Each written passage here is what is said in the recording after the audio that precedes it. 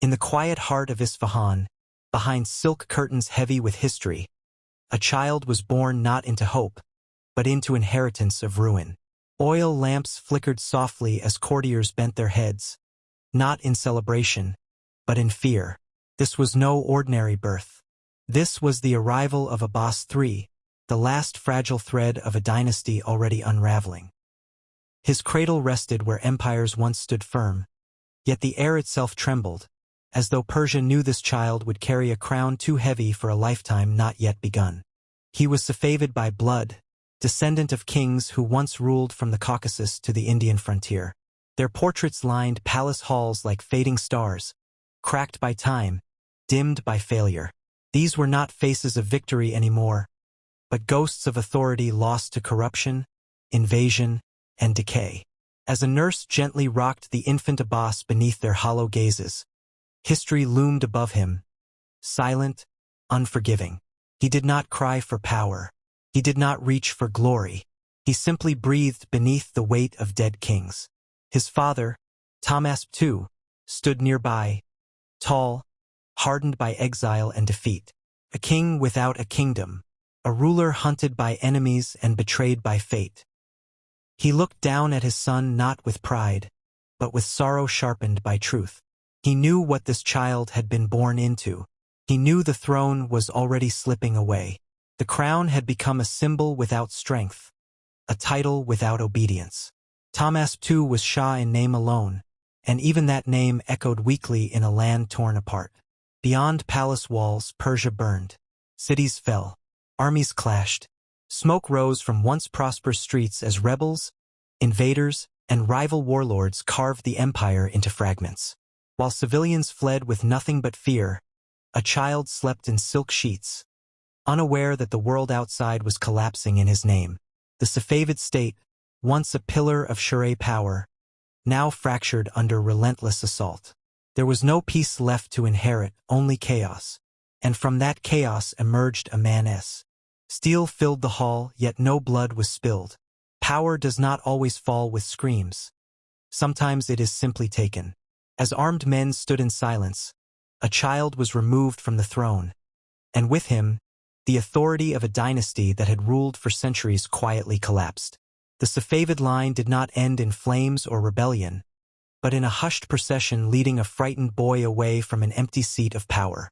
On the Mughan plain, before a vast army, a warrior placed the crown upon his own head. The age of kings by blood had ended, replaced by rule through strength and ambition. While the empire celebrated its new Shah, the former king was carried into obscurity, living behind bare walls where no one bowed and no one remembered. Once surrounded by silk and ceremony, he now sat in silence, useful to no one. Days passed unnoticed as the child wandered courtyards and narrow streets, unseen by the world he once ruled. His name was erased from records, scratched away by ink that rewrote history without hesitation. Though guarded, he was ignored, kept alive not out of mercy, but to ensure he never returned. Books lay unopened before him, knowledge denied.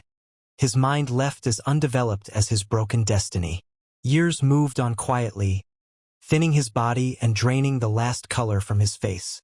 Everywhere he looked, the empire praised another name, another ruler, while his own existence faded into shadow. He became a child without purpose, staring into candle flames as if searching for meaning where none remained. Yet even forgotten crowns inspire fear. In whispered councils, his name surfaced again, not as a ruler but as a threat.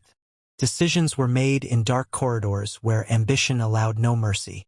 One night, beneath pale moonlight, the child slept peacefully, unaware that his fate had already been sealed. By morning, Abbas III was gone. At just 4 years old, a king died unnoticed, without a throne, without a voice, and without history pausing to remember him. No crown followed him into the earth. There were no drums, no prayers spoken in grand halls, no banners lowered in respect. In an unmarked burial ground, beneath shifting sand and an indifferent sky, a small grave was filled quietly, as if even the land itself wished to forget. The wind passed over the soil without pause, carrying no memory of who lay beneath it. For a child born into silk and prophecy, death arrived without ceremony, and the world did not stop to notice.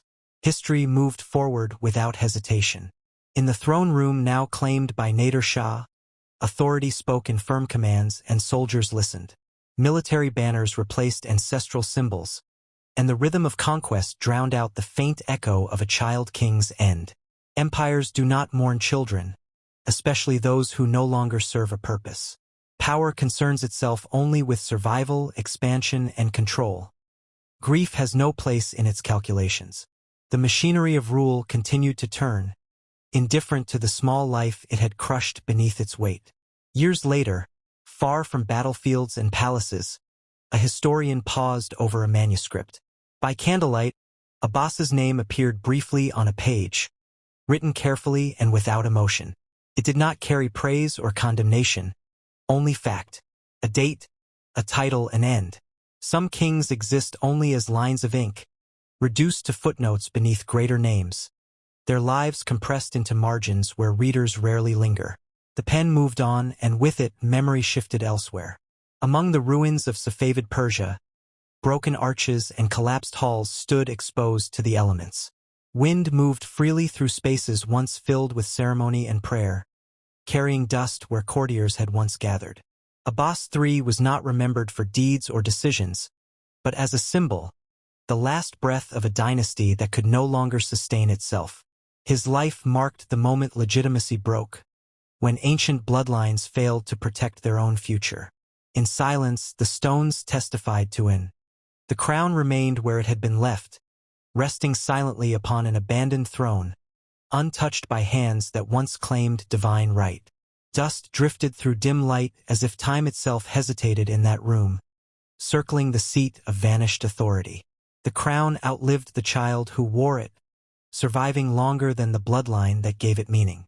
In that stillness, the throne room became a monument not to power, but to absence, a reminder that symbols endure even when the lives bound to them are erased. Beyond the throne room, ruined palace corridors stretched forward, cracked tiles and fallen pillars bearing witness to neglect. Wind passed freely through empty halls where rulers once walked, carrying whispers of a dynasty that had faded without resistance or final stand. The Safavids did not end in a blaze of glory or a last heroic battle. They ended quietly, dissolving into silence so complete that even their echoes seemed reluctant to remain. Decades later, in a scholar's chamber lit by candles and crowded with scrolls, a historian paused while writing. The name Abbas III appeared briefly beneath